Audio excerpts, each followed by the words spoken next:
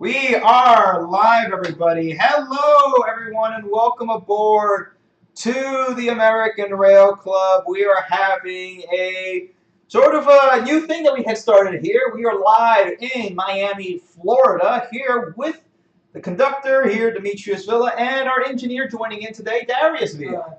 Director of Research. Yeah, he's Long been the time director. no see. Long time no see, everybody. I've been Darius, seeing all my live streams from right here. It's unbelievable Yeah. that this day we will be streaming right from here. Yeah, so- When I saw all your previous live streams on my laptop from right here on this desk. Yeah, so we are streaming in from Darius's desk over here. And we have a good amount of people on right now. Hello, Adam. Hello, CTR Lee, Zachary Clearly, Osman Hussein. Hello, Grambo. Welcome aboard. Matt Law, welcome aboard. Okay, so this stream is going to be a little different.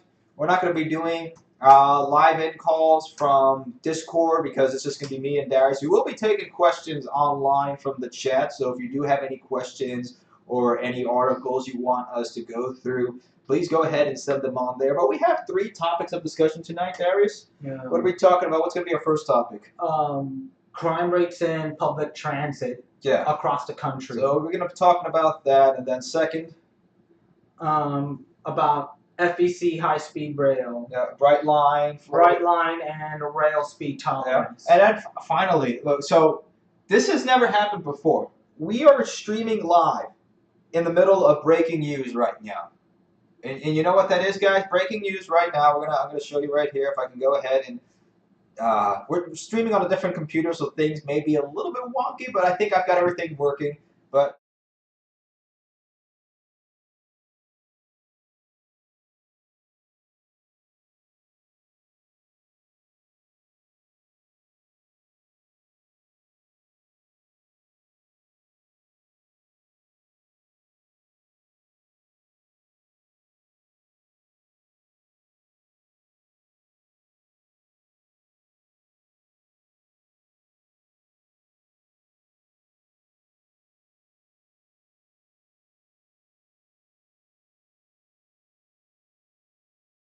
we are here. We are live. We are set. Okay, so yeah, so let's start talking about it. So of course the big news last week.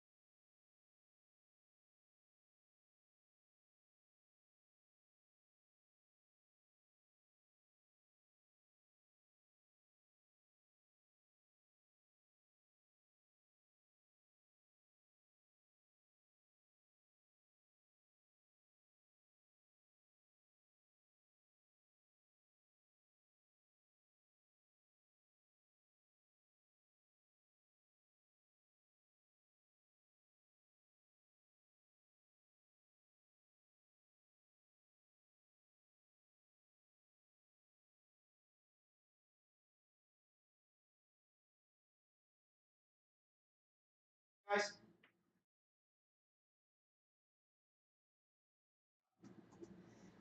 Like I said, things may be a little wonky. Let's see if you guys can hear me now. I'm not sure how good it is. Let me just fix up the. Oh man, there we are.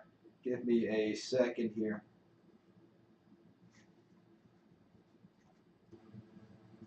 All right, so now we got it working, I think.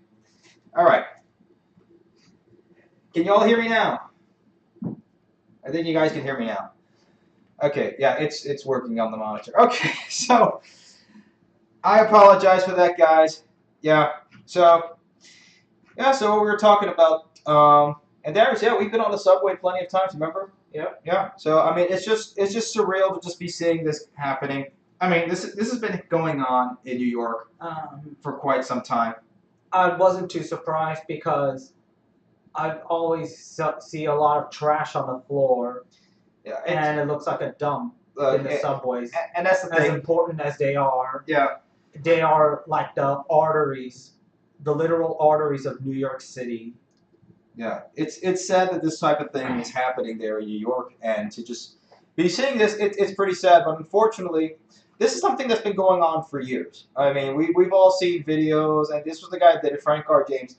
He's not even from New York. The guy was from Wisconsin, and he rented a U-Haul truck to go down to New York and do this. And if any of you have seen, he has an extensive amount of YouTube videos he's been on there. I mean, the guy went full Hotep on his videos, if you guys know what I mean. I mean, he went full blast on his YouTube videos. He was drunk half the time doing his YouTube videos, but he obviously had an issue and went down to New York and started shooting.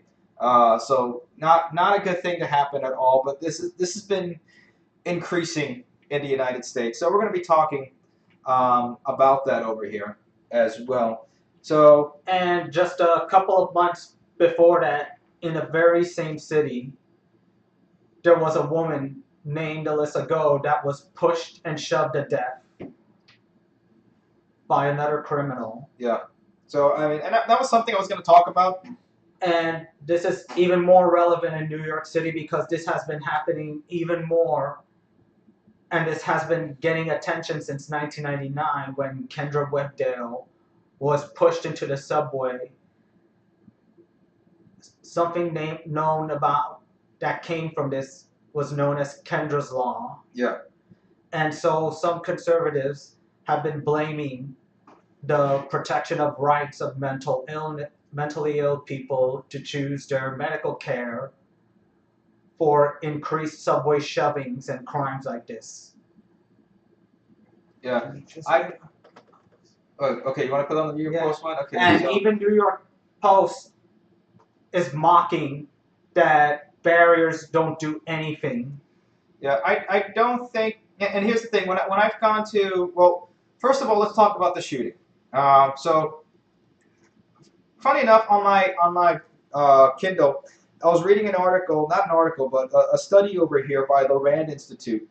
I had a whole bunch of random stuff on there, but I just was looking for stuff to read, and I found Securing America's Passenger Rail Systems, and this was a study by Jeremy M. Wilson, Brian H. Jackson, Mel Eisman, Paul Steinberg, and K. Jack Riley. So you guys can kind of see over here kind of what I was reading.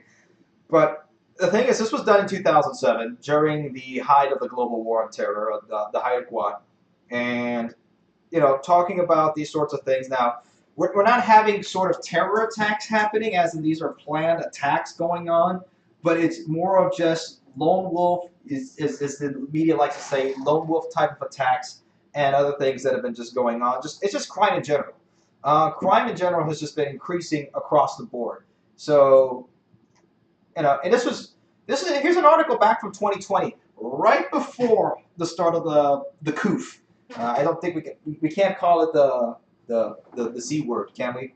We have to still call it the coup. Mm-hmm. I think, yeah. So we're calling it the coup still, just in case.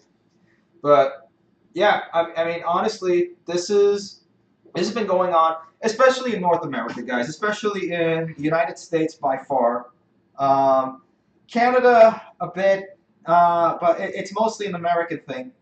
Is that violent crime, especially in metro transit areas, have been increasing. This is across the board, and it's a bigger issue. And I talked about this on the post that I put out last week. If I don't think you guys were hearing me before because I had it on mute, but in the post that I did have out this week, and I've been taking a break from sort of streaming and being on social media and whatnot for Lent to try to go ahead and curb off of that.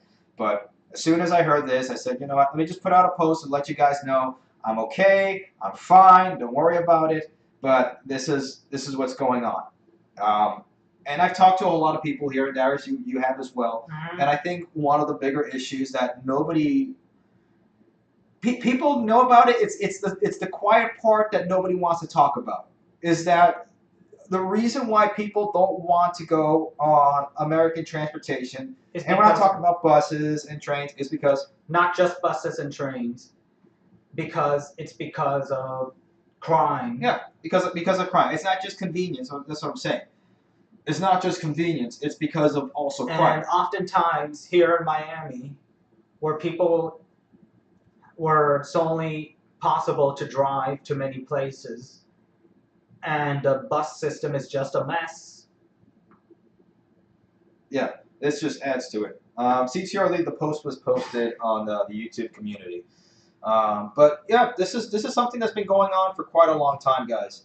I mean, and look, to be honest, and for what's going on in the New York subway, here's an article over here. So in New York City, this was an article April 13th, titled "Violence on Public Transit Leaves Employees and Riders Unsettled." Okay, so in February, not February 40. A 40-year-old woman was killed by being pushed in front of a train. 4 others were stabbed in attacks that spanned multiple subway trains. Just weeks later, on Tuesday, shooting left 17 injured. For many passengers and transit employees across the country, feeling unsafe has become the new norm. In New York City, there have been 617 transit crimes reported this year as of April 10th, compared to 367 over the same period last year. That's a 68% increase in reported crimes from 2021 to 2022. The part is the rise in subway crime is due to an uptick in ridership as people return to the office after the coup. But even when adjusted for ridership numbers, the rate of violent crime in New York City transit was significantly higher in 2021 and 2019, with felony assaults up nearly 25%, according to the New York Times. So, and it goes on, but here's the thing that I said. Crime has nearly doubled in New York per capita on the subway. We're still at around 60% ridership, I think. What's the ridership now? And I think we're at a 60% ridership. Ridership. But ridership is at 60%, and because it hasn't caught up yet. But yet the crime rate has increased around close to like 80% or something like that. So you still have half the passengers, but you have almost double the crime. So it doesn't have to do with people. Oh, there's more people on transit now, so there has to be more crime. No, this has been a trend that's been going on since way before. And here you are. This is an article from 2020, February 13th, right before March, before the start of the lockdowns, before the start of everything else. Okay, this is what's going on. And even MTA itself is saying that in the past week, being notable that it's a week of the attacks, that ridership has been going up just slightly a bit more. And as of yesterday, it's 64% comparable to pre-pandemic day. Yeah. So, and that's the thing. It's what's going on. So what are the solutions? Because we've talked a lot about what's going on, and I think we're all very aware of what's going on. So you can see here, law enforcement boosts and other measures come after a man was shot and killed on a Sea Line bus in downtown Minneapolis last week. That was back in 2020. Fatal stabbing on the Blue Line in January. Metro Transit says violent crime on buses and trains, including rape, robbery, aggravated assault, increased 35% in 2019 over the previous year. So this has been going on before. This was back in 2019. This is in Minneapolis on their public transit. 35% increase over 2019. Then you look at what's going on over New York, the same sort of thing. Okay, it's just been getting worse and worse. Okay, here and more examples. Okay, not just limited to America's most populous cities. Okay, 2 people were killed and 2 others were injured in a shooting on a Broward County transit bus in Fort Lauderdale. So right north of where we are here in South Florida. 2 people were killed and 2 others are injured. A gunman fired 12 shots at passengers, stopped to reload, and then continued shooting. Let me see. So Gwendolyn Whitfield was the driver behind the wheel at the time, and the moment she will never forget. I just remember boom, boom, boom, and I just drove. With the tragedy unfolding behind her, Whitfield carefully maneuvered onto oncoming traffic and drove the bus into a nearby police station. Okay, so, and they got lucky that they were close to a police station because a lot of times when these things happen, they're very quick. You can see here in the video over here when things start to happen. So this guy came in.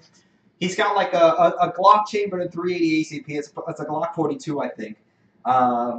He's coming in, and from one of the reports, he was reloading a magazine, and he accidentally dropped the mag out of his weapon. Pistol. Yeah, and then he says, "Oops, I'm sorry." He says, "Oops." He picks it back up, puts it in there, racks it, and starts shooting.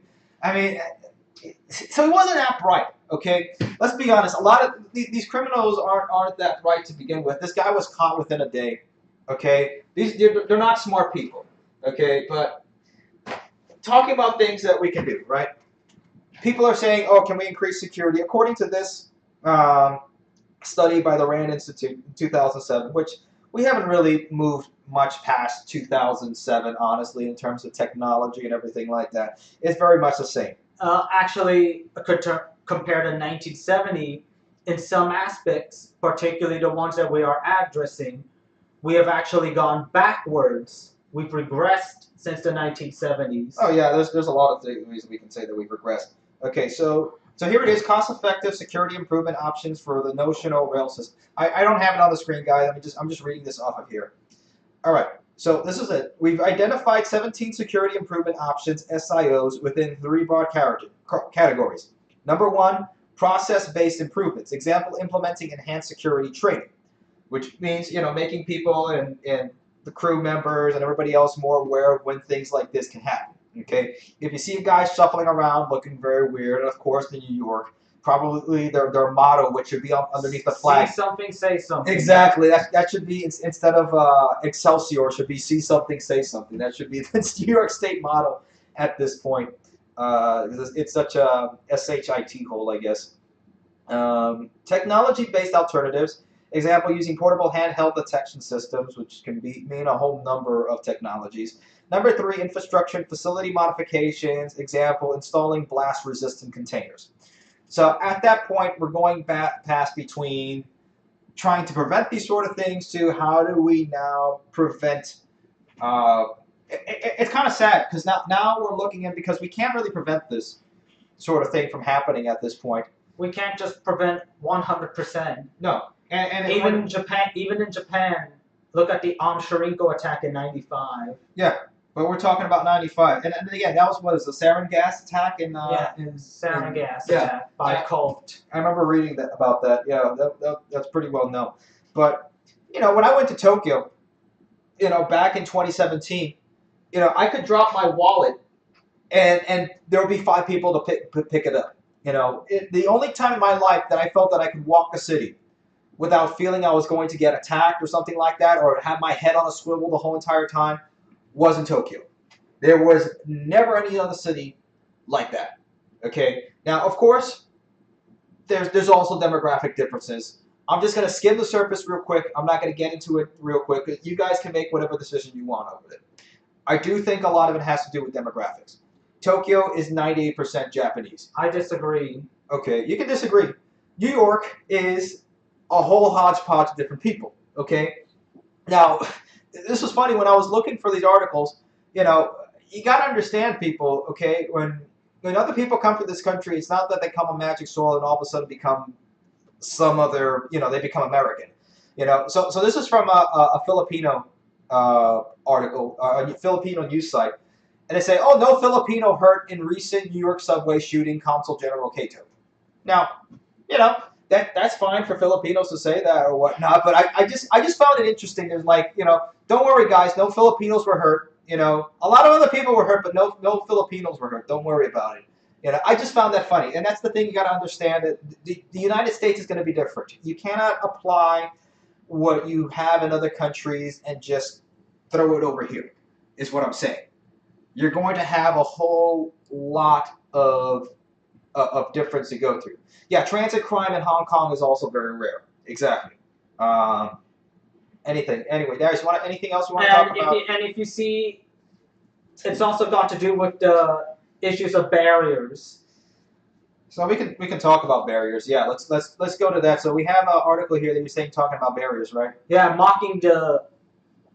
It thinks that this. All right. So for context, the other crimes have been happening in New York. I was going to talk about this prior, about a month ago, talking about the shovings on New York. There was an Asian woman that was pushed into the Melissa Go. yeah, she was pushed into the subway And killed. she had her own memorial for the whole city, and her face was even on the screens at Times Square. Yeah. So I mean, this is something that's been going on for quite a while. A lot of the violence has been going on in the subway. The increase in robberies, the increase in muggings, theft, even rape, a whole bunch of things have been happening. It's been pretty awful. So, here we go. So platform barriers, you're saying a ridiculous dodge of an answer to subway. That's not my opinion. So what is your I'm opinion? just pointing out a conservative's blame on mental illness for subway pushings, and they think that player back barriers are nothing more than just a dodge from the quote unquote real answer to subway shovings. They think it's mental illness that's behind it. Well, and this is what I said. You can go ahead and put so many things, and that's the thing. Going into a New York subway at this point is like going into. I don't know if you guys have ever seen the 2012 Judge Dredd movie, but it looks like that. It's a dark, dingy, dystopic-looking sort of edifice and system to get into, because especially in a lot of stations, a lot of the turnstiles are basically these grates that are from ceiling to floor. Barrier grates in order to get into the subway. It's not like you're going in like in Asia or in Europe where you have to just go ahead and tap a card, and like in Japan where you can go ahead and tap in the Suico card, and the barriers are already open. The only time when the barriers close, and they close very nicely and politely onto you, say, "Oh, just please push in your card." In New York, it's a whole different thing. We're talking about that. Okay, so this is not my opinion, especially as someone with autism and OCD. It's a whole thing in general, honestly, Darius. It's the platform barriers do make a heck of a lot of difference. Oh, I think just look at Hong Kong. Yeah, and I've seen Hong Kong's metro just very quickly though. And even in Disney rides, I can take some cues. Merely having the yellow line isn't going to stop it, like in some rides. Yeah. But in other rides, they have this magic gates that close automatically. Yeah, and I think honestly, in general, there's a whole. What's the root cause?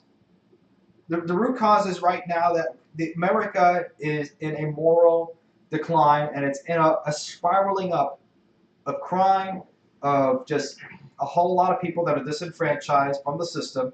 A whole lot is going on in this country. There's a whole lot of change, okay, and it's not for the best, okay.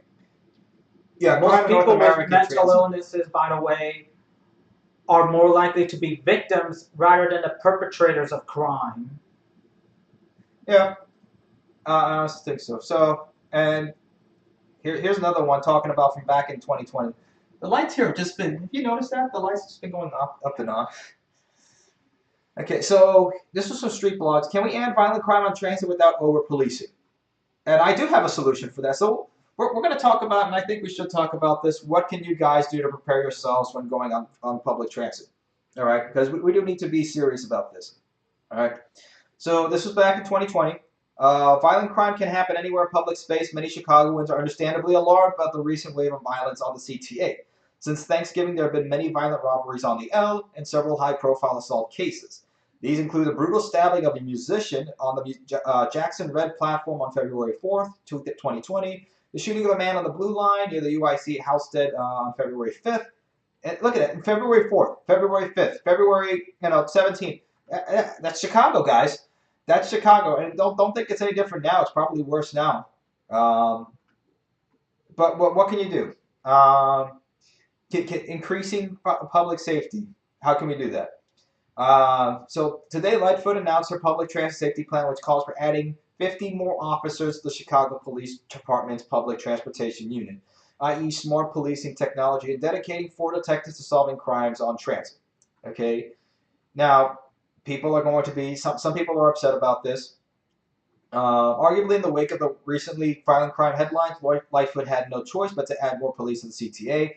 However, it's worth noting that the New York City has seen massive protests after saturation police strategy to reduce fare evasion resulted in widespread arrest of low-income people of color for non-payment. Here we go, same thing. As well as crackdowns on other minor infractions. For example, in a high-profile case in last November, officers on transit patrol detained or handcuffed 2 different Latina churro vendors. They're not just churro vendors; they're Latina churro vendors. Okay, Darius? Mm-hmm. So here's the thing. What do we do about crime? Okay, because we can talk about everything all day long about who's perpetrating this, who's perpetrating that. All right, we're not going to talk about that, right? This isn't the forum to discuss about that. Now, what I can tell our prime topics are about public transit and railways. So let's get into talking about the strategy. Okay. Number one, if you guys are on transit, you need to be aware of what's going on. Okay. Situational awareness. Okay. Sometimes you just need to just stop, look, and just see what's going on. And right? Headphones are also a big problem. Yeah. So if I'm and unfortunately, guys, this is what it is. Here in the United States, you cannot just go on a train like you can in Tokyo or like you can in some places in Europe and just, well, not even in Europe now. I mean, because France is getting bad. London has been pretty bad as well. So even Europe itself is getting, so it's not like in Tokyo where you can go ahead and sleep on a train. Because I've seen that where salarymen were just completely just buzzed out of their mind, just sleeping on the train, on the last train at, 10 o'clock. You're going to listen to music, right? Go ahead and have, one ear off, possibly your right ear, because your right ear, your left brain is a little bit better at discerning speech patterns and seeing what's going on. Your left ear is a little bit better at music, so that makes sense, right? So you can listen to your music or your podcasts on here. Have your right ear so you can kind of listen to what's going on around you. The other thing I always carry around with me, especially when I'm driving and stuff like that, or anywhere now, I always carry a sling bag. So here's the sling bag that I have. And I don't have it with me now, but I always have like a medical pouch just in case, with a tourniquet, some patches, some Band-Aids, antibacterial shields. I also have a sling bag that's slightly bigger. It's from Swiss Gear. So you guys have to be prepared. And I am going to say this. Look, for the last several months, I was working where I was selling firearms. Okay, so I can say with confidence that I'm pretty familiar with when it comes to personal safety. It's time, if you guys do not, if you live in a state where you can't go ahead and conceal carry a firearm, get a conceal carry firearm. Get your permit if it's a state where you have to get a permit, get a permit, get a concealed carry firearm. And practice. That's not possible in every state. It's not possible in every state, but in the state that you have, you should. You can have every kind of defense, any kind of defense you could afford. Pepper spray is also good too. Yeah. And so are keychains like the Munio. Okay, yeah. There's other channels that talk about this, but I'm just gonna say it real simple for everybody. And this is a public service announcement for everybody there in the American Rail Club.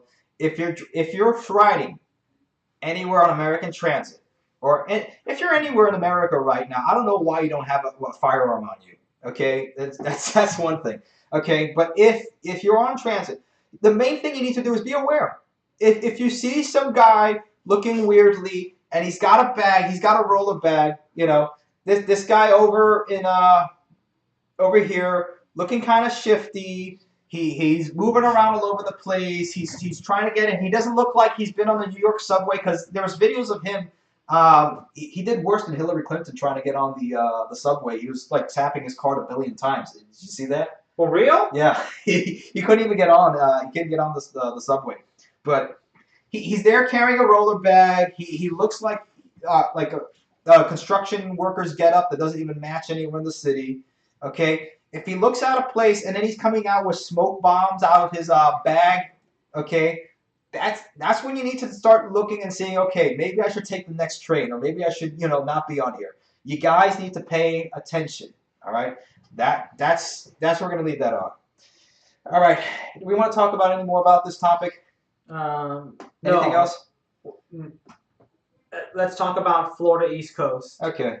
Now, we do have a segue on here. Here's a good segue. So, security measures remain on Sunrail Brightline in the wake of the Brooklyn subway train shooting. So, of course, because something happens on one system, it does mean it's going to affect A ripple effect on the whole country. all the other systems. Exactly. So, because of that and what's going on, you see this. Darius, you want to take a look at this one and share with everybody? Mhm. So, go ahead. You read it. The subway shooting at New York subway station has shocked many. Locally, WESH checked with Sunrail and its riders about the security at stations and on board. I enjoy taking it. We take it often to go to different places to visit, and it's a lot easier, passenger Shuna Ryan I said. think it's Shauna Ryan. As a regular Sunrail rider, she feels comfortable and safe. I feel like there's no paying attention to what's going on. They bring things to your attention if they need to, and they check on you, Ryan said. Each and every Sunrail passenger has an ambassador in place to assist the passengers and to keep an eye on things. And the passengers themselves are instructed on overhead speakers that they need to keep their eyes open as well. Same thing I've said, guys. Just keep an open eye on things that's going on. Just paying attention does wonders. Okay, you can be out there and you can have all your special forces training, and you are a low drag, high speed operator. If you're not paying attention, you're gonna get yourself hurt. Okay, that's all it is that you need to be doing on these systems is you have to just be paying attention. And unfortunately, you're gonna have to be paying attention more because that's what it is in this day and age. Okay, but What if you're like looking at your phone? Like, how often do you have to look around? I don't really use my phone that much. Last time I've been on transit. If it's a really long ride, I actually get out my Switch sometimes. Yeah, well, I mean, look, if you're on Brightline, the chances of, and here's the thing, public transit and transit with low fare entries are going to be more open points to entry for these type of attacks. Okay, on something like Brightline, which is it's an intercity, longer range transport. It's more expensive than, let's say, on Tri-Rail or taking the Miami-Dade Metro bus or anything like that. So it's you're not going to have that many things. So, of course, if you're on something like Amtrak, the chances of this become lower. If you're on urban public transit, the chances become higher. All right, With more frequent stops. The more frequent stops and the more local, pretty much the more frequent stops and the more local a train system is, the more you have to pay attention. Yeah. So Besides the times, yeah. Okay. the time it takes to get to a destination. Yeah, but that's the good thing. At least on Sunrail, In they these have been areas. and they have been keeping track on that. So Brightline sent us a statement. Brightline screens 100% of its guests and their bags before boarding the train, and we have amplified these and other safety and security measures. Brightline's ticketed passengers show an ID are assigned to a specific seat, similar to taking a flight, so identities of those on board are documented. All right, so it's not as anonymous as on the subway station. Now, of course, A couple of years back, when we took a ride on Brightline, that's exactly what we saw. we saw this baggage check-in.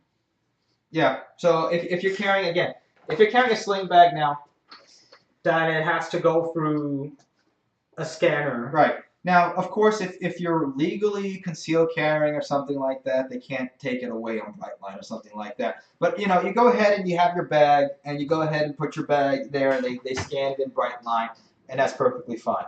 Right. So we will get into that. All right. Why don't we take a break? Let's see some of the chat over here, and answer some questions if there's any questions. Any questions on there that you see? Let me see, Demetrius. Actually, I'm going to look myself over here too.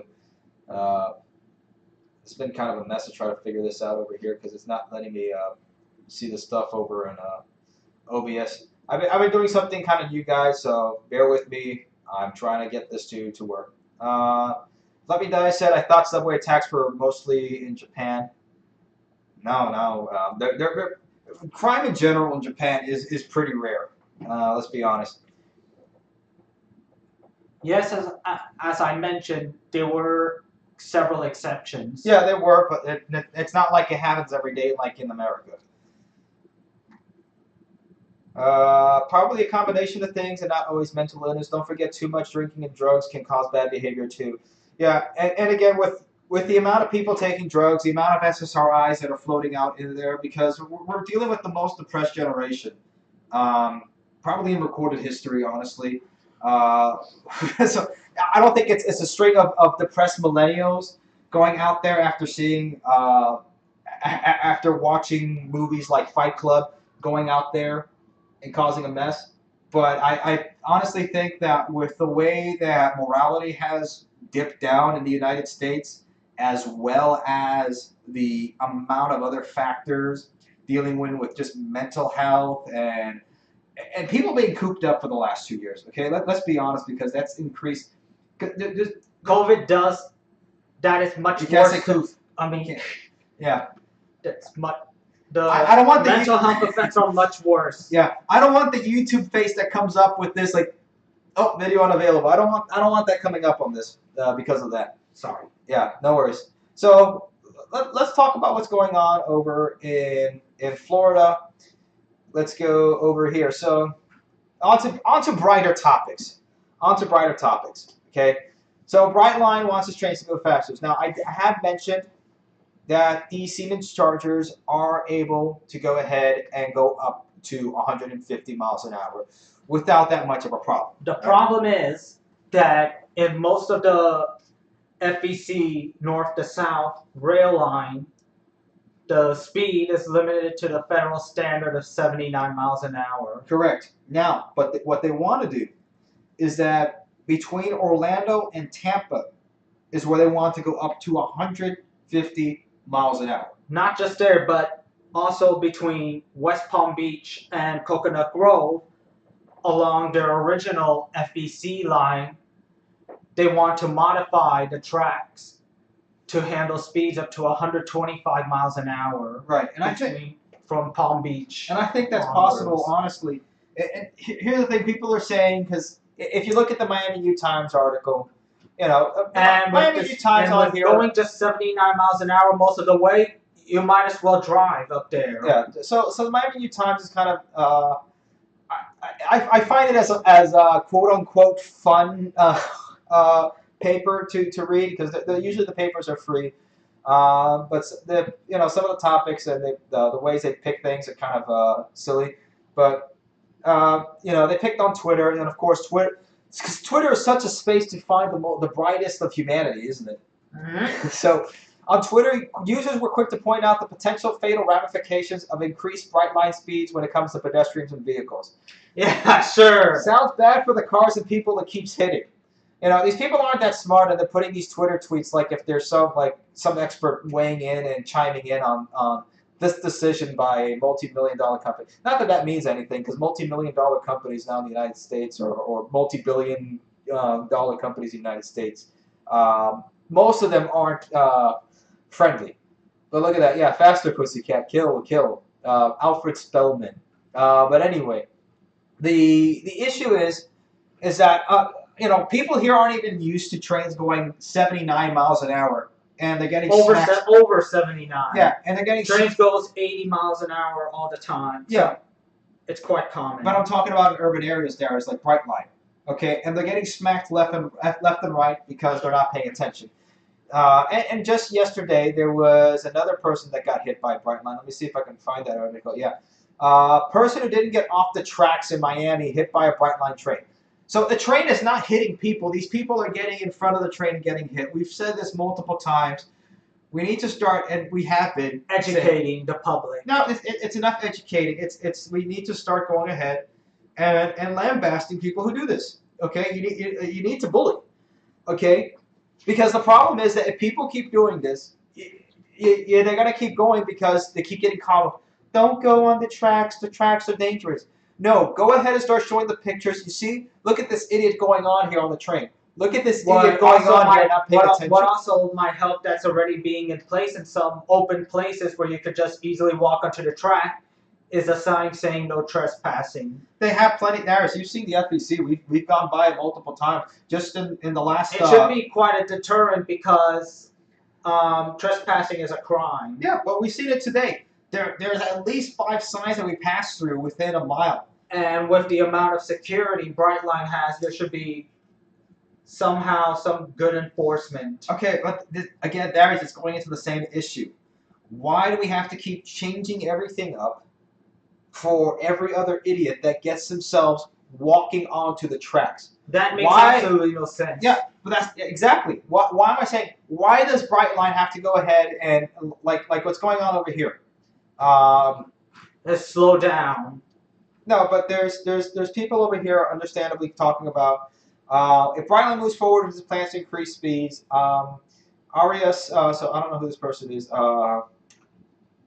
According to Mike Arias, a public roadway safety advocate. I don't think he's about rails here. He's a public roadway safety advocate. Simply reducing the train speed of busy crossings would be the best and cheapest solution to save lives. You know, obviously. Yeah, for a roadway safety advocate. Yeah, but we won't say that about roadways though. He says recently he wrote to Brightline officials offering solutions to make the trains crossing safer, including slowing the trains to roughly 10 miles per hour, at least a half mile. Wait, to roughly 10 miles per hour, at least a half mile away from busy crossing to allow train operators more time to brake if a vehicle or pedestrian is on the tracks. This is what ticks me off. That's ridiculous. That's outright ridiculous. Yeah. So this guy is somebody who should be listening to. Okay. You know, you know how much time that's going to. I'm glad at least. Wait. I'm glad at least the New Times put this idiot on here, so we can at least see. Go ahead. Look at the idiot. Look at the fool. Everybody. So. This guy wants Brightline trains to slow down to 10 miles an hour, effectively trying to kill the business. The whole point of Brightline is to be fast and effective and safe. It's high-speed rail. It's not high speed, so we have to slow down because the cars keep getting in front of the train. Again, especially in areas with frequent crossings. Yes, this is not. This is supposed to be transportation to help people get from point A to point B fast and safe. Correct. If you're constantly going ahead and you have to keep moving the goalposts, and you know how long it would take. Darius, okay, you've done this before, man. You gotta let me speak. Sorry, Demetrius. If you keep moving the goalposts for public transportation, that it has to be slower. We have to add these safety features to this. We're never going to catch up, because look at some place like Japan. Okay, nobody has died in revenue service on the Shinkansen. Nobody has died in revenue service. Okay, why? Because they did it right the first time. They got it done, and that was it. Right, and people were used to trains. Okay, they were able to do the same thing everywhere else in Europe and everything else. It's not like people don't get killed by trains of some sort, or people don't jump onto the tracks to hero themselves off or anything like that. What we're talking about is that people, especially here in the United States, don't pay attention, aren't used to trains, and we are completely devolved into car culture. That you have a guy, car culture. Here, yeah, you have a guy here, a public roadway Obvious. It's obvious. Roadway. Yeah, public roadway safety advocate Roadway. going ahead and telling railways what to do. We don't operate by your same rules. That's just And we really can't make roadways any safer than what it is. Like the crash rates are quite high, and any of those roadway safety projects isn't going to really bring that down.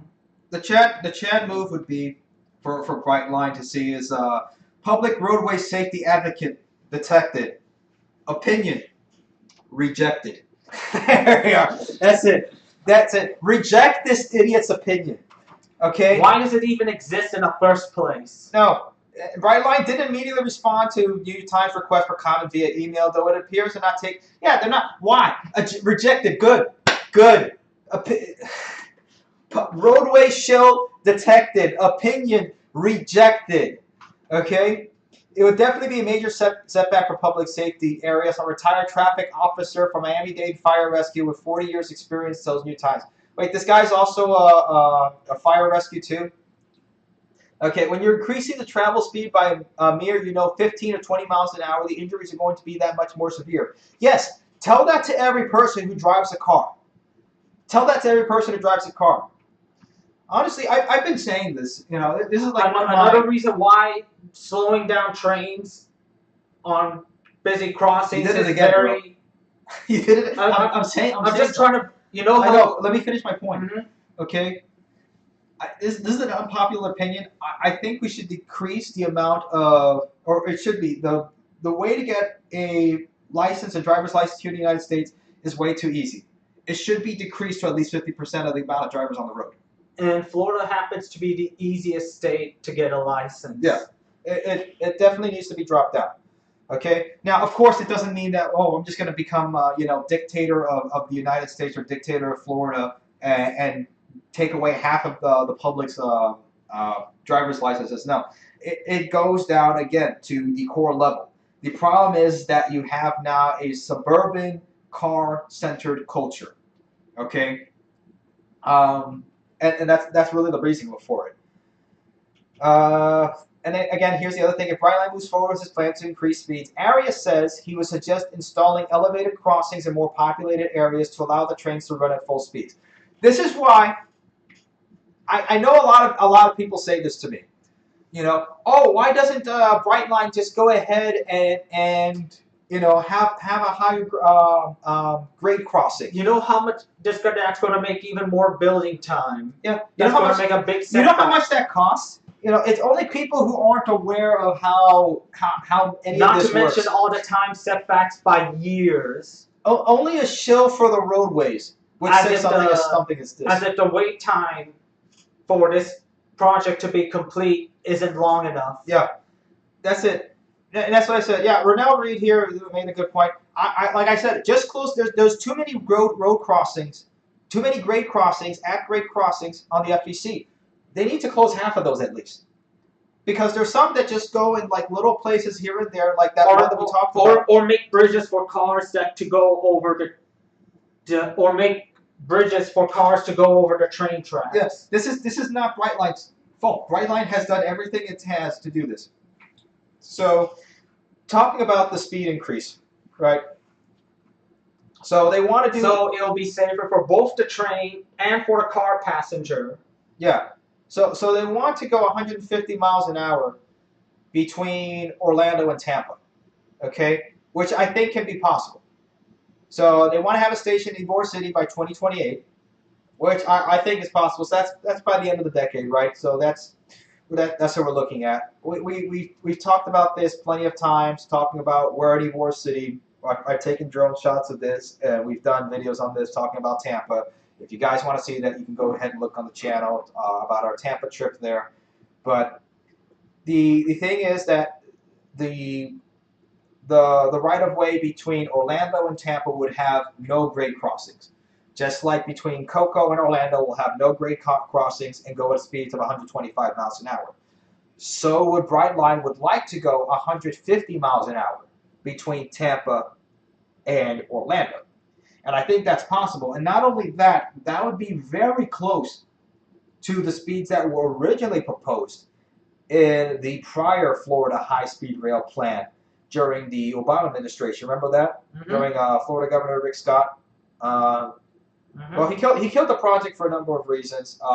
Mostly A, to spite the Obama administration, but B, the project was going to be not as well conceived as most high-speed rail projects should have been, and the money was taken away both from Governor Scott over in Florida and also the other Scott over in Wisconsin, because they were going to do the high-speed rail project over there, and they sent that over to California. California is still working on its California high-speed rail project, by the way. They still haven't gotten much of anywhere. So maybe it was for the best. I don't know, because Brightline is running. You know, again, we're not comparing apples to apples here. It's kind of apples to oranges. You know, or you could say oranges because, you know, doesn't California grow oranges as well? Yeah. I think they grow more oranges in Florida, but Florida oranges are the superior orange. Okay, don't give me a break. Anything here in Florida is better than California. Our Disney is better than Disney in California. Okay, everything is better here in Florida. Even though Disneyland California is older, I think our Hollywood has less petals than Hollywood, California. So there we are. So there we go. Yeah, our everything is better in Florida. Florida is superior to California. I don't care. Our crazy nuts are superior to California. So there we go. Florida man. Yeah, Florida man is superior to California man. The superior specimen. The Florida man. But yeah, guys, I honestly think this is going to be better for Florida. So there have been more talks about this. Again, if you guys are in the Tampa area, do get involved in making sure that this happens. Get into commission meetings. Get on board with this. Make yourself known. Get out there, okay? Because that's the way it's going to happen, okay? Honestly, I think so. That's how change happens. Yeah. Again, no offense to anybody in California. Floridians, we're just better, right? Mm-hmm. You have that flow grown shirt, by the way. You should have worn that for the stream, just for this moment at least. At least you have the Brightline shirt on. Can you stand up for that? Let's see Darius's Brightline shirt here. There we go. Yeah, it's kind of washed out because of the lighting here. We don't have Florida lighting. We have California lighting. We don't have the superior lighting over here. So we do have the shirts. They're still on sale, guys. If you want to go ahead and support the channel, that's one way to do it. Get yourself a T-shirt. You know, look good. Summer's coming up. Get out there. Get yourself going. Get yourself some workout T-shirts as well. We have the art tank top as well. That's been a pretty good seller. So yeah, that's something. All right. What else do we want to talk about here? There's just one last thing that's actually a current news topic today. Yeah. That just happened today. Yeah, we talk about something else. All right. So mask mandates. Yes. Let's talk about masks. Actually, before we get into that, I do want to talk about a little bit more about. Should we talk a little bit more about suburb culture or no? Just a little bit. Just a little bit. Well, let's see what you guys in the comments think. Okay, anybody in the comments, if you have any questions, let me know below. Go ahead and comment now. If you want us to go to the next topic, let me know. If you want us to talk a little bit more about bashing suburbs and talking about the issues when it comes to the court issues. David Mitchell made an interesting question. Yeah. Can you talk about the electric autonomy truck and how they're not going to work? Yeah, I think David Mitchell did send me an article on this. Yeah, I was a couple of weeks ago, David. You mean the driverless Teslas? No, so it has to do with tractor trailers? No, over in Europe they've been testing for a couple of years now. Trucks with not cantilevers. With pantographs on them that plug directly into the electric grid. So they're like trains. They're like electric trains, but they're trucks. So they're electric trucks that go onto the. You guys have seen them. We can just go ahead and bring out let's see. That seems like something that could just clog up more of the railways. No, it's true. That's all it will do. It's really silly. And especially on just one stationary path. Let me just go ahead and find this out here. Yeah, let's go ahead. Truck, electric truck pantograph. We've mentioned this a couple times before. So you guys have probably seen this. Here we are. This stupid stuff. Yeah, I have been using here we are. There's the screen. Yeah, I have been using Brave Search, by the way. It's been pretty good, honestly. I've been enjoying it. It's a lot better than DuckDuckGo, honestly, because I've gotten some DuckDuckGo results that weren't good, and I just went back to Google to just find better results. But Brave has just been a lot easier. But yeah, stuff like this is what they want to push in the United States now. It's mostly for a scam again, because America has been so saturated with asphalt culture, with you know, concrete suburb, Oh, automobile that's the culture. electric kind of electric trucks. Yeah, that one. So this type of stuff, they want to push because it's another foil for the trucking companies, not the trucking companies, but more the trucking the automobile manufacturers to keep in business. This light has been ticking me off, man. You notice It's just stuck, and it's just stuck onto the interstate. Yeah. That's it. This is a train. This is what trains do. This could be just instead of having one driver in one truck for one cargo, you can have two. Well, it looks like there's two people there, but instead of having 100 cars with 100 drivers and 100 trucks, you can have one train, one driver, and 100 cars. Throughout the length of the train. That makes more sense. It makes more sense now. And why have The problem, stationary electric line? I don't have a problem on a movable road. Yeah, exactly. I don't have a problem with trucks. The problem is that when we have such a misbalance of long haul trucking, okay, where trucks are going 800 miles or taking a whole lot of cargo there, when we could be putting it on freight, right?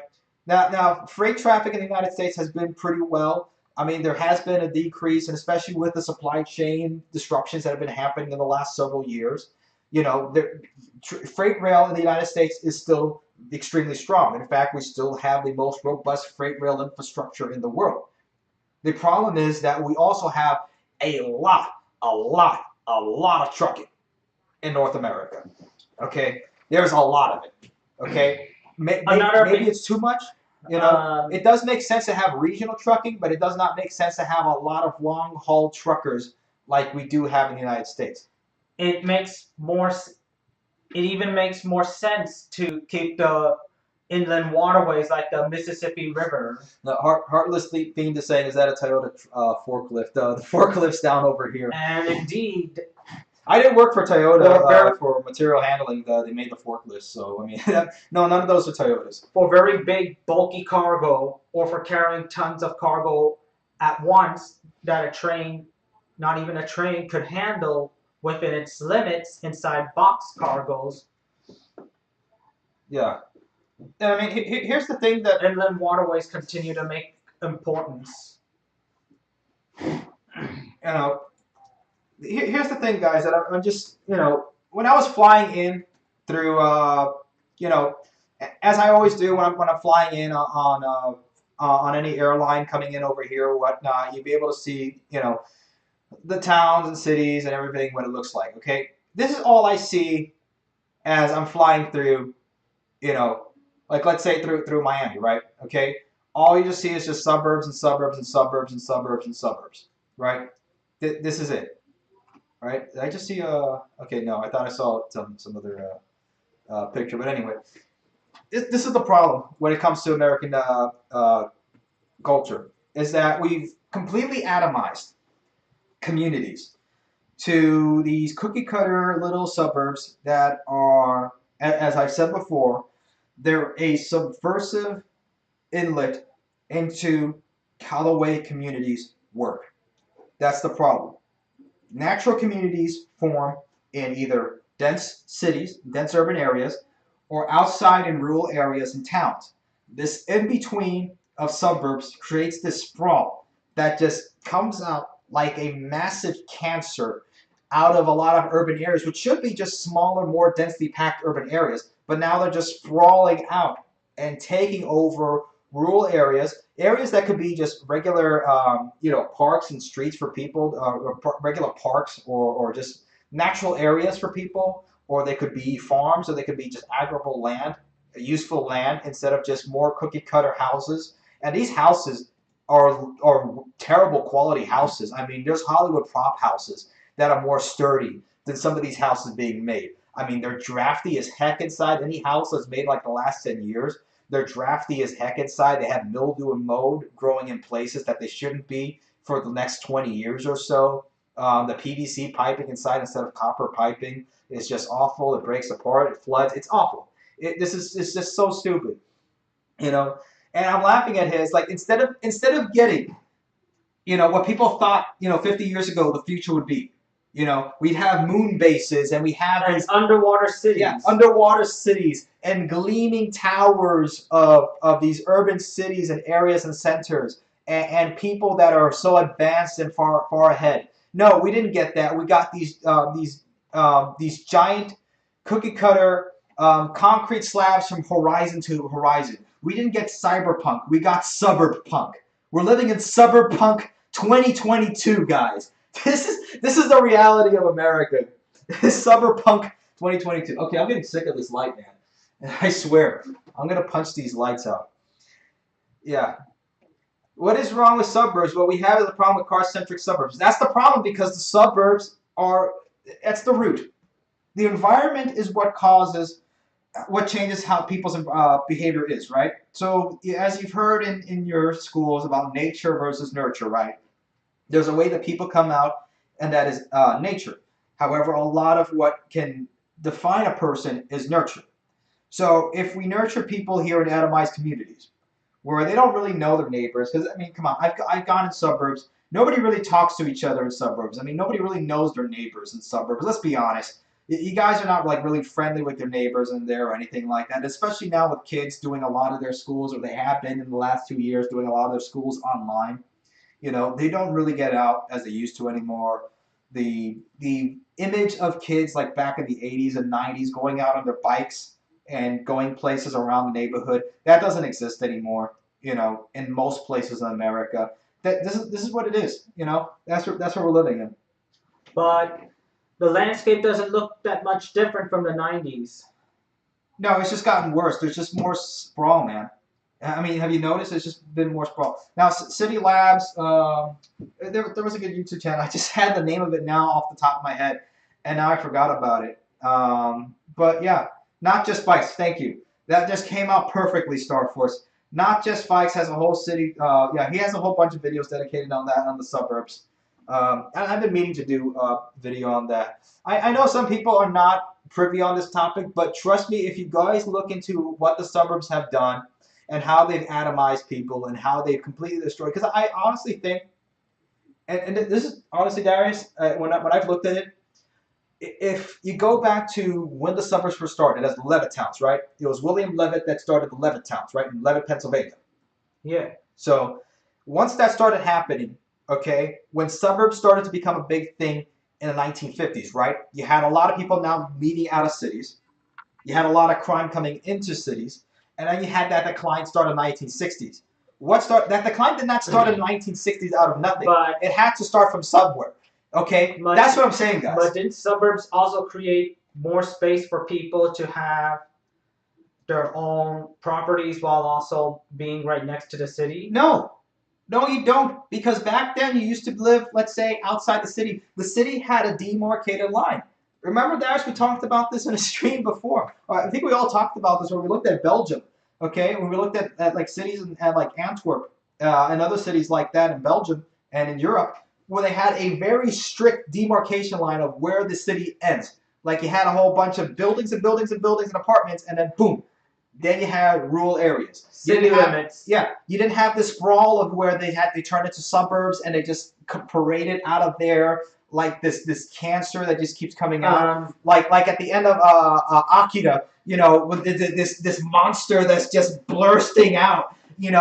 this disgusting, ugly-looking monster. That's what American cities When are. I Okay, they're these Akira-type monsters just splurging out all over the place. I drive into and out of city limits of Miami, and I there's apo- still lots of buildings around, and sometimes it even gets even more in some places. Yeah, I apologize. Road Balls like Levittown was in Long Island.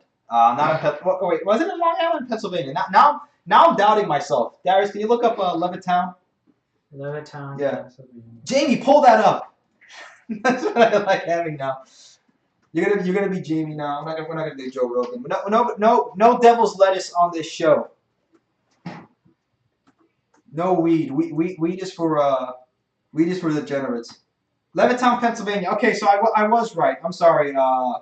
I'm sorry, guys. Yeah. Unfortunately, Road Balls. Yeah, Levittown is in Pennsylvania. Levittown, Pennsylvania. So I was right on that. Now there was. I could see where the confusion may have come from. There were a lot of suburbs that were done in Long Island. Okay, let's be honest. Though that was a big thing that happened. Yeah, let's look real quick at Levittown, real quick. Look at how nice those pictures are in Levittown. Yeah, but that's how it began.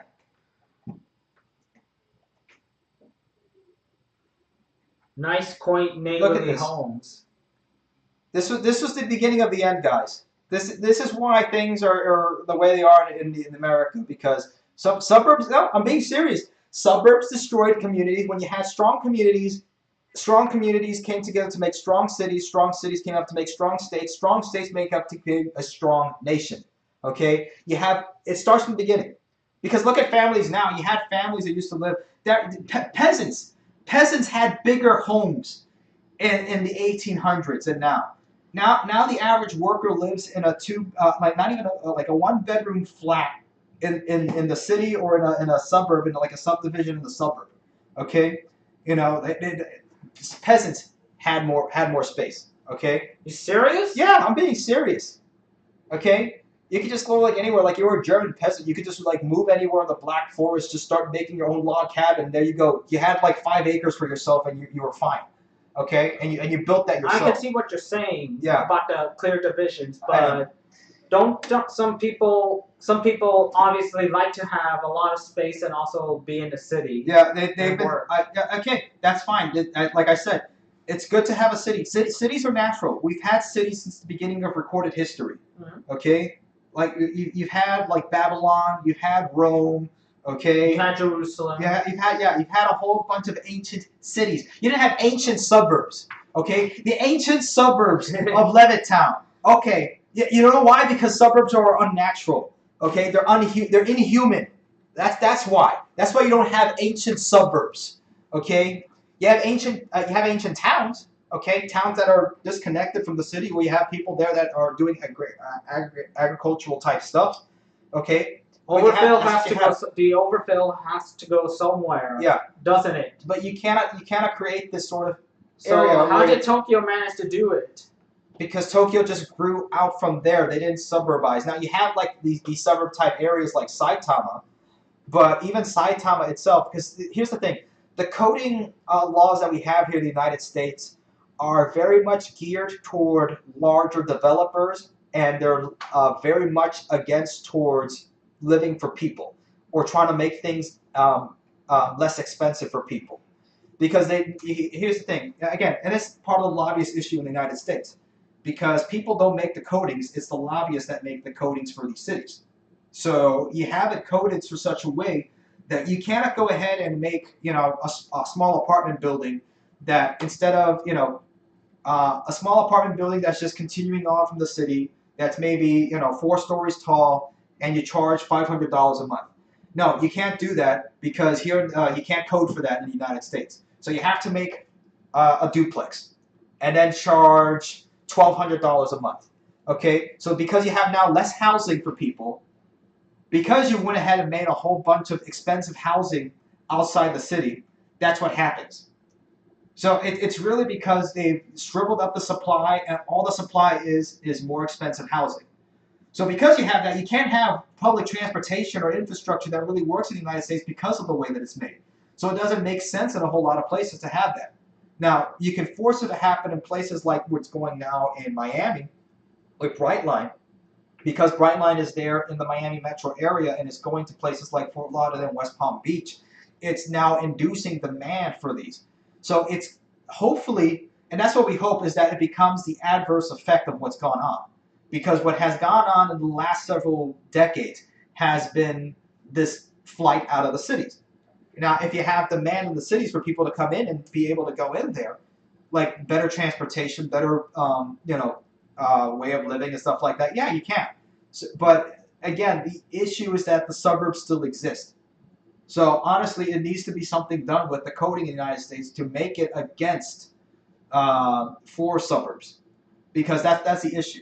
Okay, it should be that you have cities, towns, and rural areas, because suburbs just continue this on where you don't have healthy people.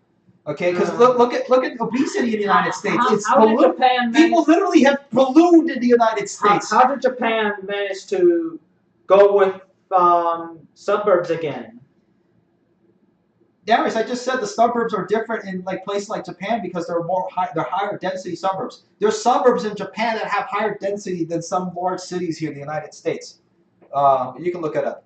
Anyway, we got off topic a little bit there, so we're doing pretty good for time, I think. What do you think? And let's move on to the third one. Okay, so yeah, so last topic, which is happening today. So speaking of atomization, I do think masks have done a good amount of damage in terms of communication and stuff like that. Social communication, that is. So let's talk about this. This was just from Reuters 10 minutes ago.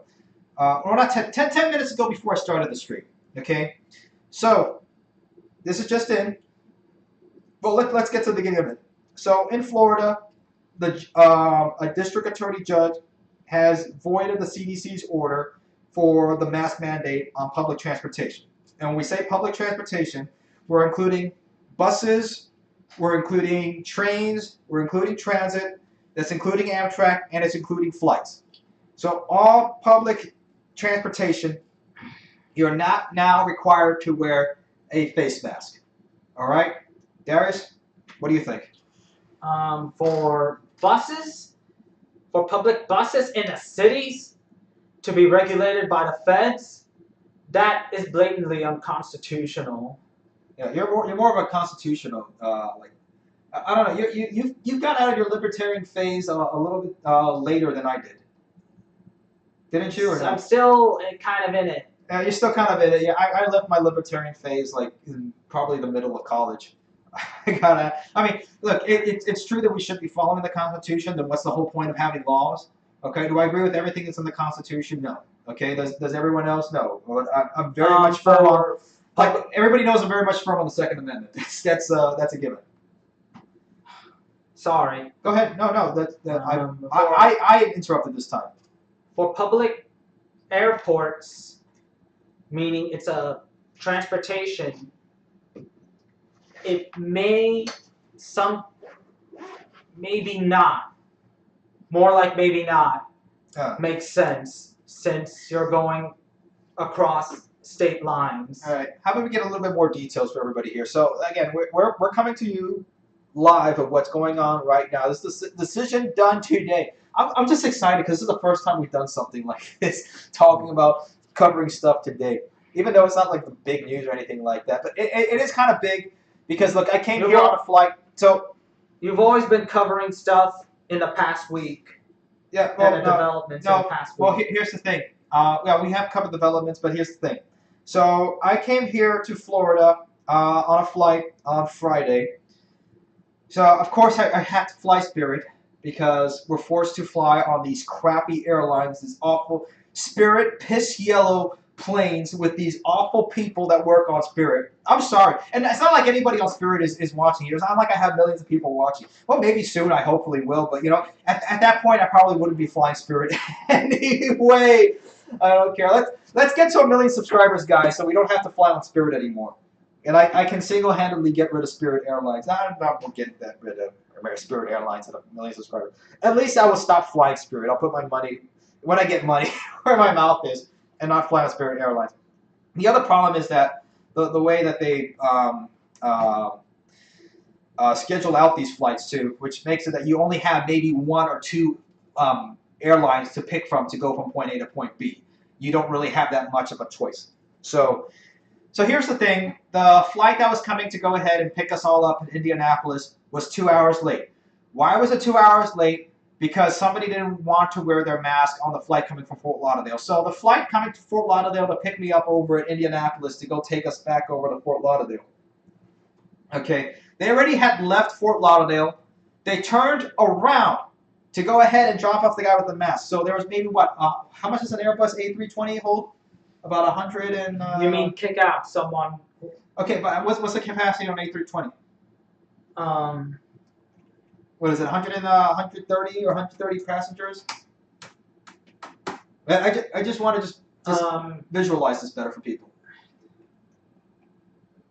What is it?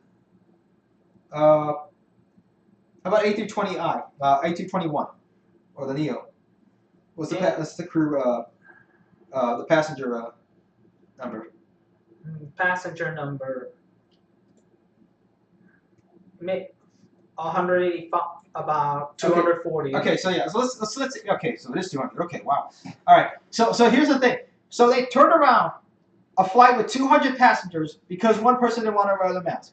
Now, okay, if you're on a flight and you take off your mask and whatever, to go ahead and eat and fine, and maybe you forget to put it on, right?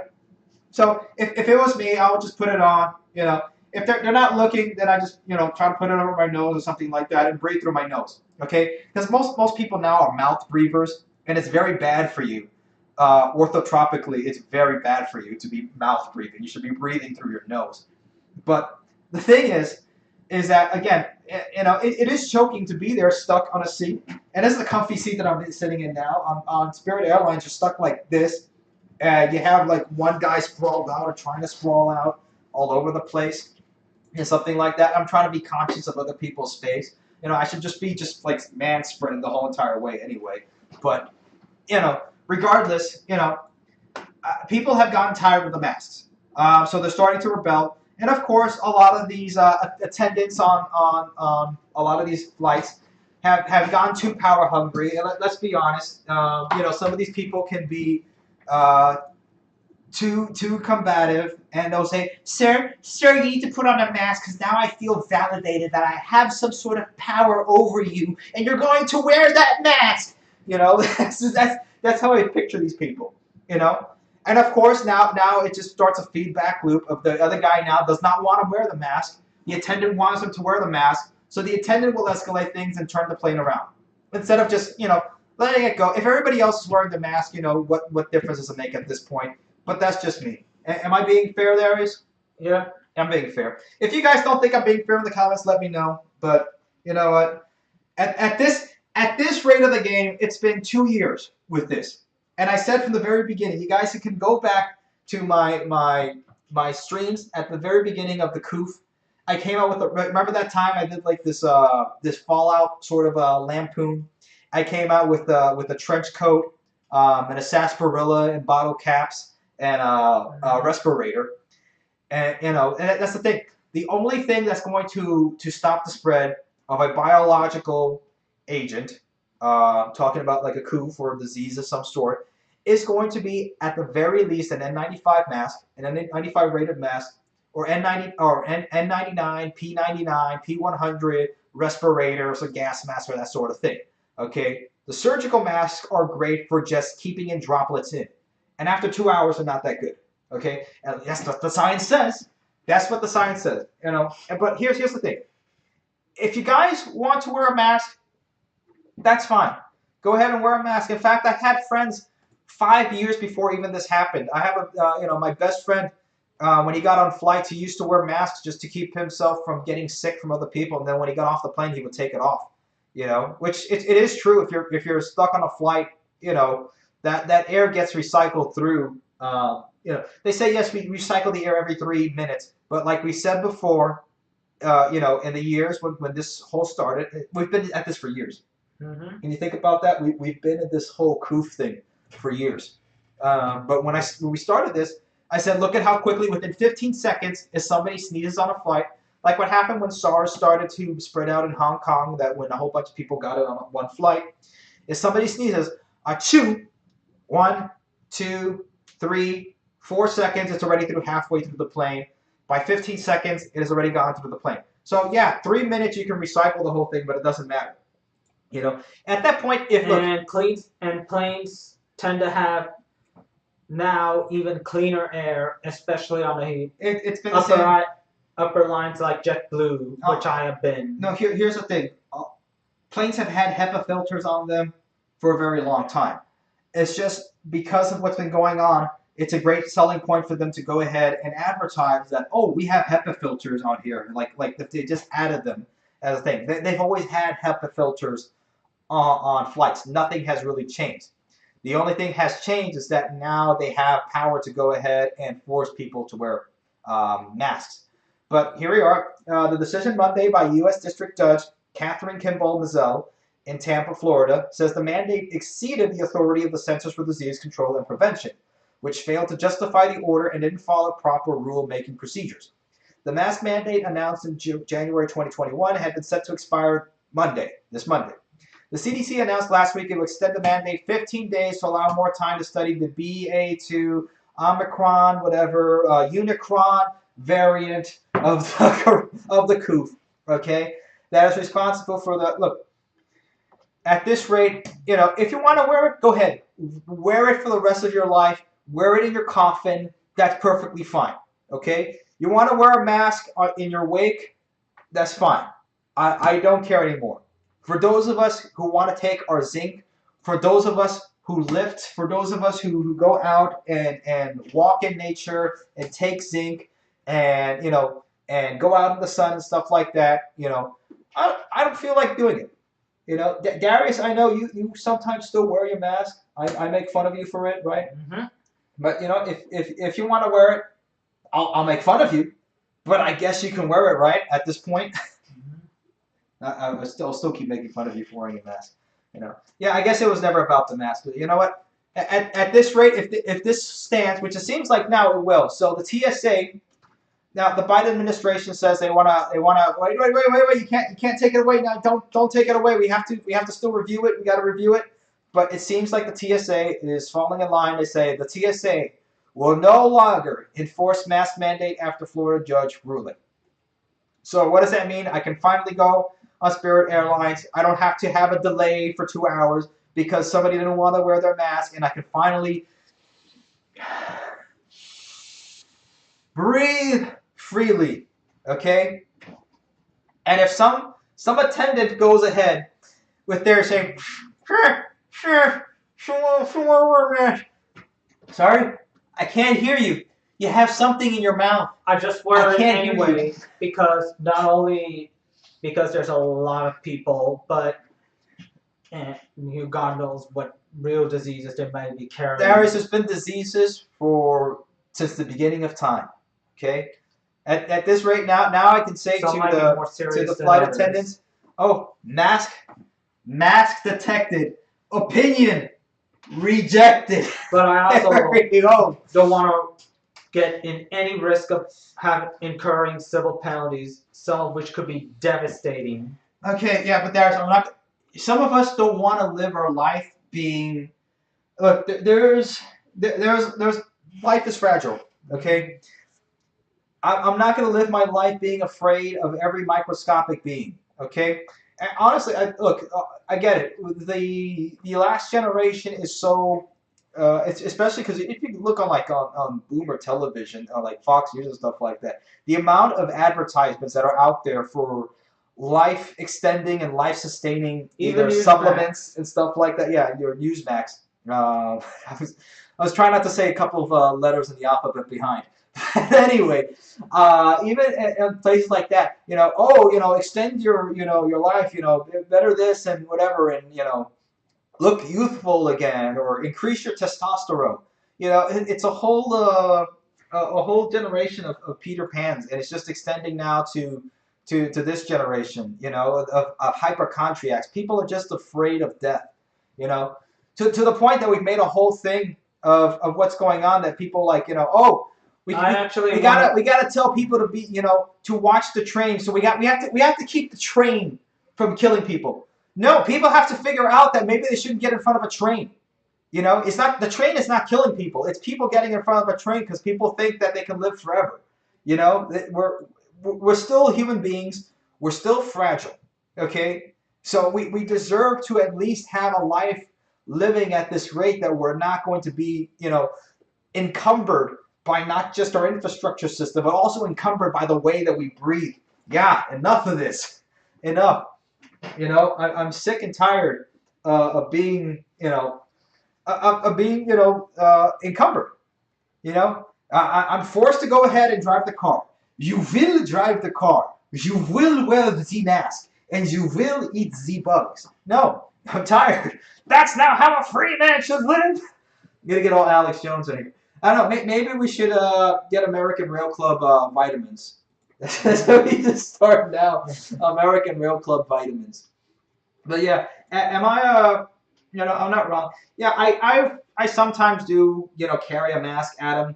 Most of the time, if I go to a place that says like masks required, most of the time nobody says anything, and I just walk on in.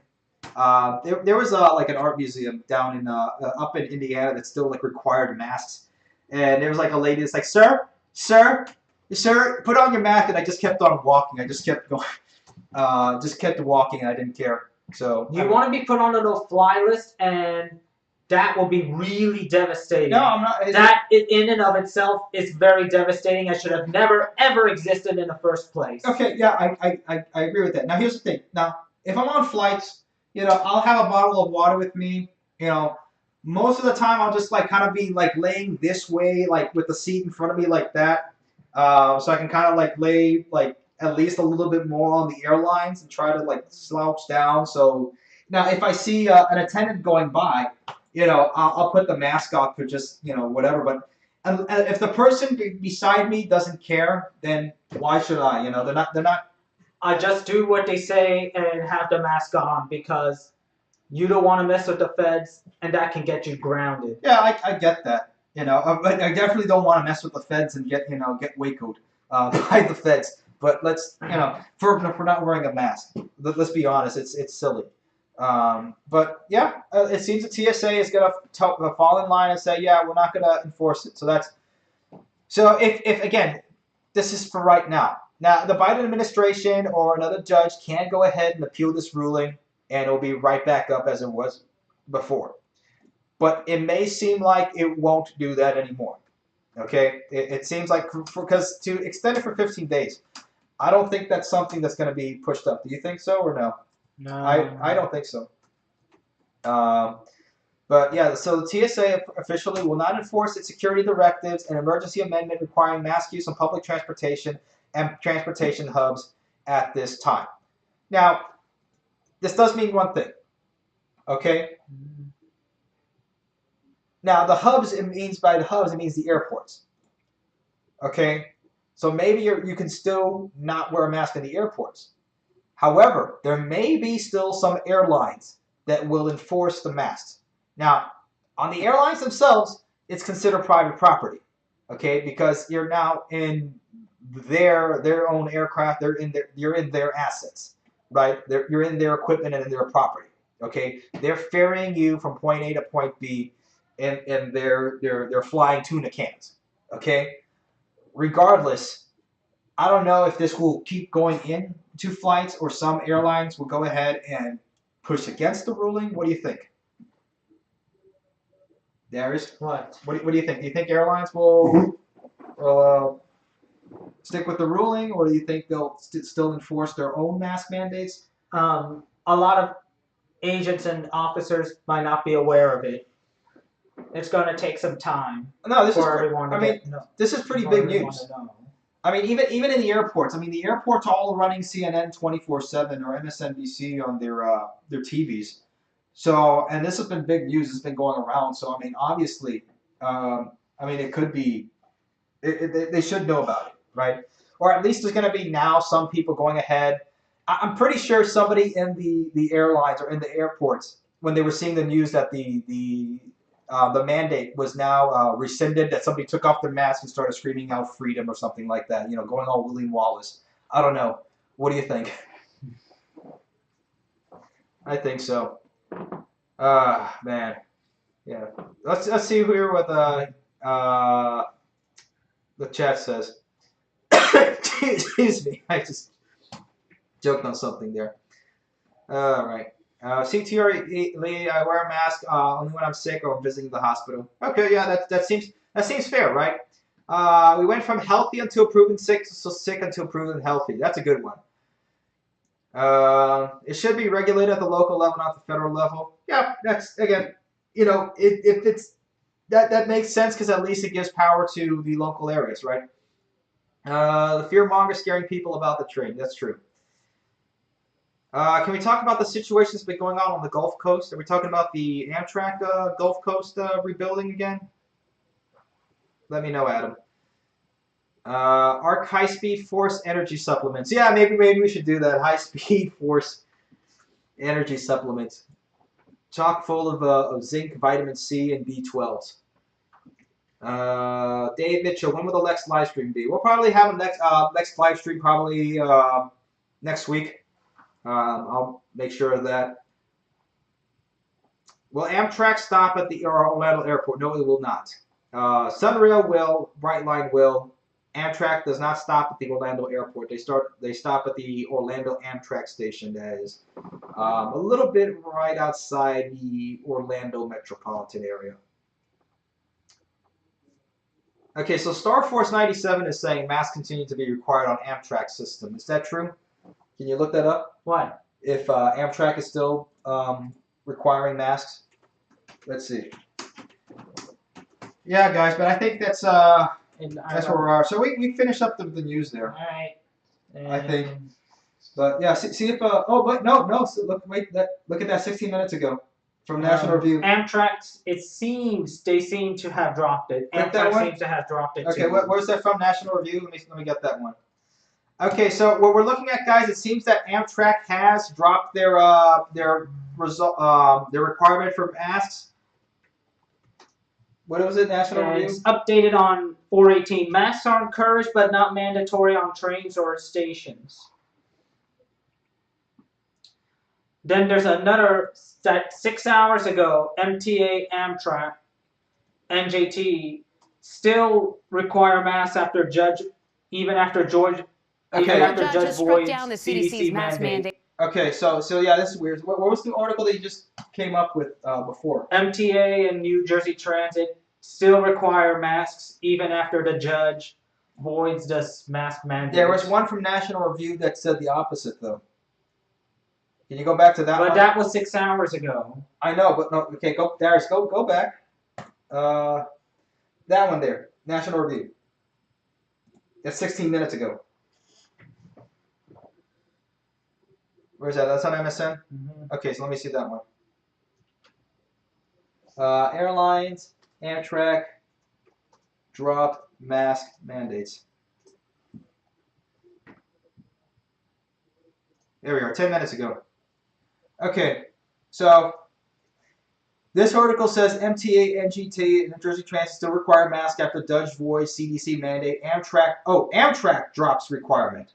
Okay, so MTA, okay. So, like somebody in the comments said, I believe it was Rennell Reed.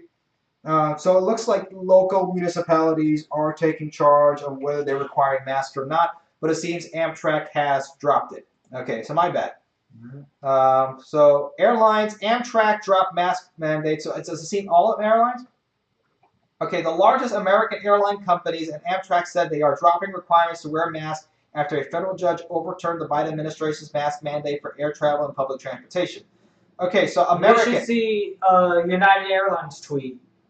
They put with a dinosaur wearing a mask and one not wearing a mask. Oh, well, I guess so. So it says American, Delta, Southwest, United, and Alaska Airlines all said on Monday night that passengers could fly without masks, with some pilots announcing the policy change mid-flight.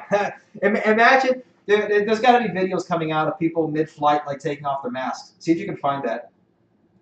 That'll be hilarious. You got to see if that's actually a thing.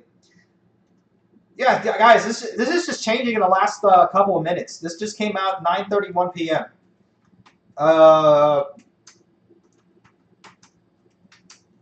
Yeah, so masks are no longer required on domestic flights, select international flights, depending on the arrival country's requirements, or at U.S. airports.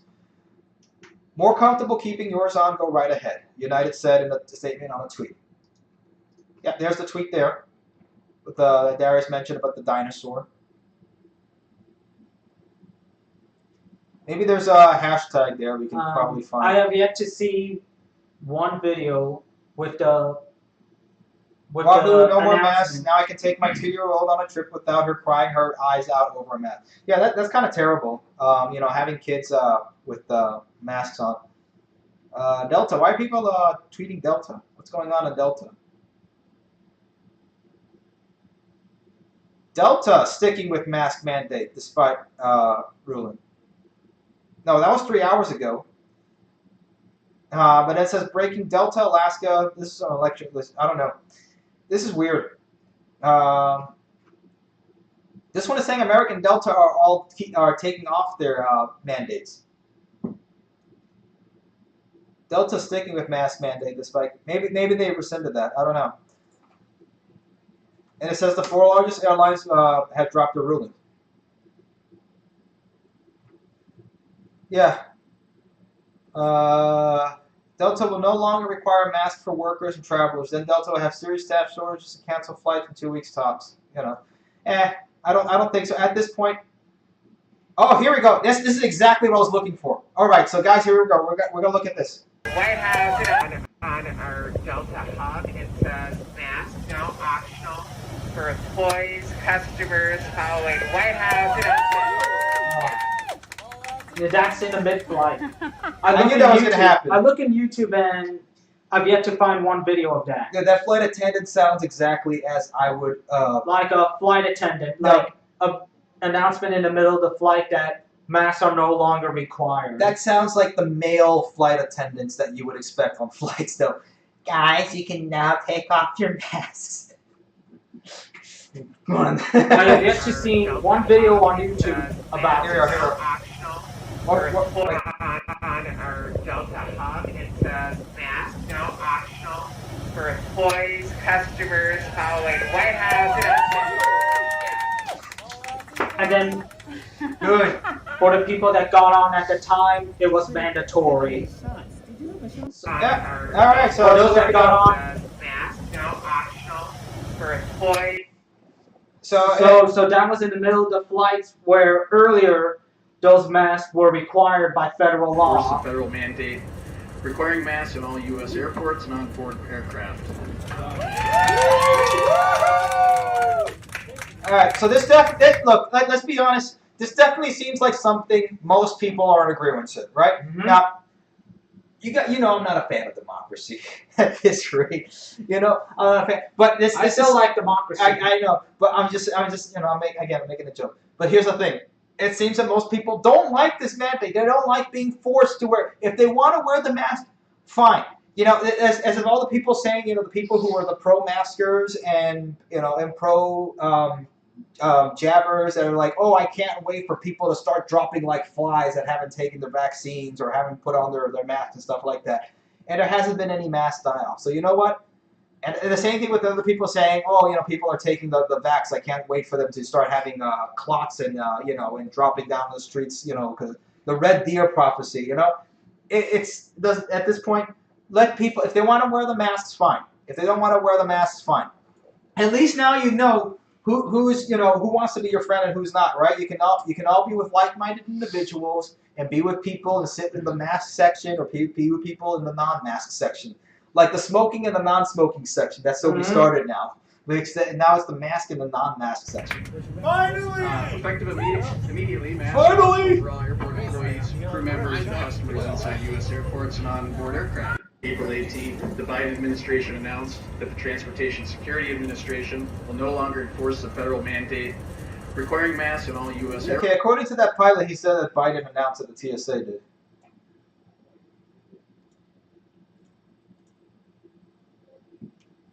Let's see what this is. A Delta flight attendant breaks into tears as she takes off her mask for the first time in 2 years. What COVID law has done to people is terrible. Okay, let's see that one. If you'd like to continue wearing your mask, please feel free to do so. We do have extras if you would like one. First time in 2 years.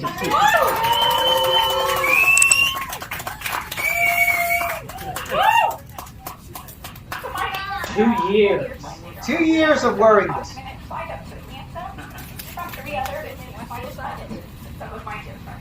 Together, we are here for your comfort and safety. So in just a moment, we will be going over the safety features and on board the aircraft. Okay. Yeah. Poor woman broke down in tears. Thank Lord to the judge in Florida for stopping the mask mandates on flights. Glad that Delta will make it optional. If it makes you feel better to cover your face, go for it. But face diapers no longer require less stressful flying ahead. Yeah, and no more delays. No more turning back the flights because some power-hungry, bootlicking, wannabe rent-a-cop flight attendants want to show their power and stop, Bill from wearing his mask. Who, at this point, who cares anymore?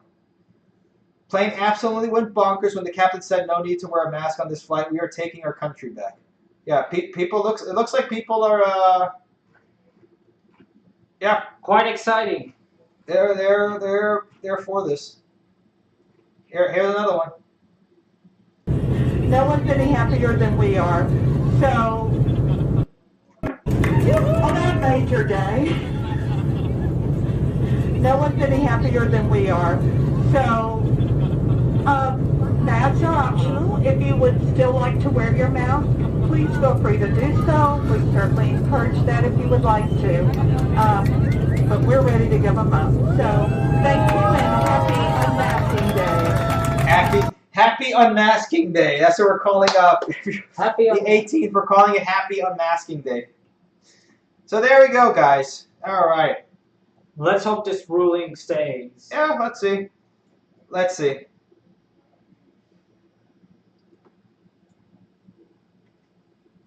I haven't seen any Amtrak conductor taking off a mask. The Biden administration is conceding defeat on its national mask mandate for air travel. Yeah.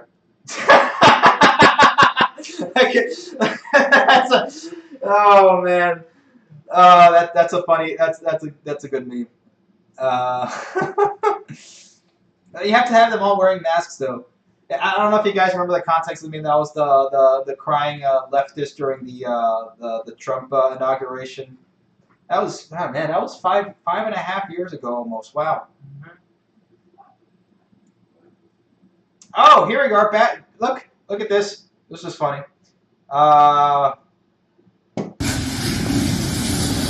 guys want electric buses? You guys want electric buses? How about one? Well done. Not guys. It's a couple miles. Just pack this baby right up and it'll be good to drive again. Don't worry. That's good. Battery electric buses, folks. There we go. Where was this? And the fire's going in all three directions. Where is that? From Xinjiang? Let me see. Where's that? What the heck is this? Combustion scientist. Looks like battery-fired electric bus. Battery. Where was this, and what is the context of this video? Battery packs on the top of the bus. I can see that. Yeah, guys. Yeah, but they want electric buses on the highways. There you go. Imagine going on the highway and just like going through a Hollywood stuntman, like in Disney World or something like that. What was that ride? The one where you go through the fire back in Hollywood Disney? Does that still exist or no? In the backstage studio tour. Oh man, backstage studio tour. That's the one. All right, guys. Now I see. Can you find one of Amtrak conductor taking off the mask? If there's one, I don't think there is. If there's anybody taking Amtrak, I mean, let's see. It's probably not going to be on YouTube. It's probably on Twitter or something like that. I don't know. But yeah.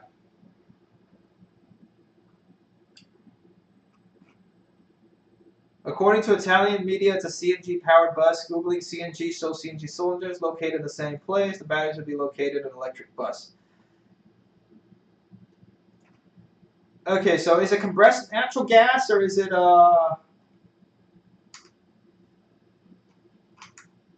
I mean, it kind of does look like natural gas because those spouts would be going out. I don't know. Then again, lithium fryers are pretty awful. I don't think they're that like that, but I don't know. Obviously, gas power needs to go back to uni. Yeah, I know it does kind of. Darius, what do you think? Is this electric or is this gas? Now that I look at it, second thought, it looks like gas. It's got to be all electric. Well, some guy was saying it was CNG, compressed natural gas. Most of the buses here in Dade County are hybrid. Well, we seen a bus that went on fire, and that was a diesel bus. Remember that? But not like this. Yeah. Okay. Obviously. So except for the bit, it does look like it is a CNG bus. Yeah, because that's the thing, the flames from that. Indeed, the jet flame can be sustained by compressed natural gas as well. Yeah. Oh well. It looks like hydrogen bus fire, not electric bus because it looks pressurized. Yeah, that's what I'm looking at. That's what I'm thinking now on second thought. When I look at it, now that it's mentioned, it does look like a gas fire. Because that's the thing, that there's no force to force out fires jetting out, streaming like that from lithium powered cases. You get what I'm saying? Mm-hmm. So it's got to be some sort of gas stream. Oh well. Anyway, all right, guys. Any other comments or questions? Let's go ahead and take them now, and we'll go from there. But this has been a nice stream. What do you think? Mm-hmm. Then we can play we can play Escape from Tarkov here on this monitor that we borrowed. This is my first debut on a screen here in quite some time. Yeah. So what do you think, man? Enjoy it? Comfy? Yeah. All right. Well, cheers. Cheers to that. Here Cheers. you still have a Coke or? There we go. All right, that's all for the Guinness. All right, folks. It is 10:02 p.m. on the Eastern Coast. Well, we've always been Eastern Time anyway, whether we're in Indianapolis, in Railroad Circle City, Indianapolis, or here in Florida, the Magic City, I guess. We still call it the Magic City here? What do we call it? Yep, we still call it the Magic City. Or is it a Paradise Lost? Like in the 80s? It's a re-sprawling city. Yeah. And here I am with my 80s mustache here, so... Yeah. Miami's best days are going back ahead. It's a renaissance right now in Miami. New buildings, new businesses, you name it. Yeah. And more people moving down here. All right, guys. What is going on with the port of Mobile, Alabama? I'm not sure. I haven't really caught up with that going on there. Maybe that's something we'll leave for the next stream. Anything else, Darius, you want to add into here? No. All right, guys. I think that is it for us over here. Honestly, it doesn't seem like there's anything else to really talk about at this point. We've gone through a whole lot of topics. So we've talked about safety on transit. We've talked about Brightline. We've talked about the mask mandates being rescinded finally and done, over with, it seems. For now, I don't know. So do you think it would be done for now, like a period, or do you think they may come back? It might come back. You give it what, a 50% chance of they coming back? No, I think it's done. Let's put it this way. I give it a 10% chance of it coming back, but I think it is done for good. I think it's 90% gone with. Any of you guys in the comments, let me know what you think. Let us know. But yeah, I think that's it for now, guys. So thank you all for coming on board with your conductor, Demetrius Villa, and the engineer Darius Villa. Alrighty. Thank you all for coming on board. We will see you all next week. Take care. God bless. Godspeed. And I'll view you next week, Demetrius. I'll be the one viewing again. Sounds good. See you all.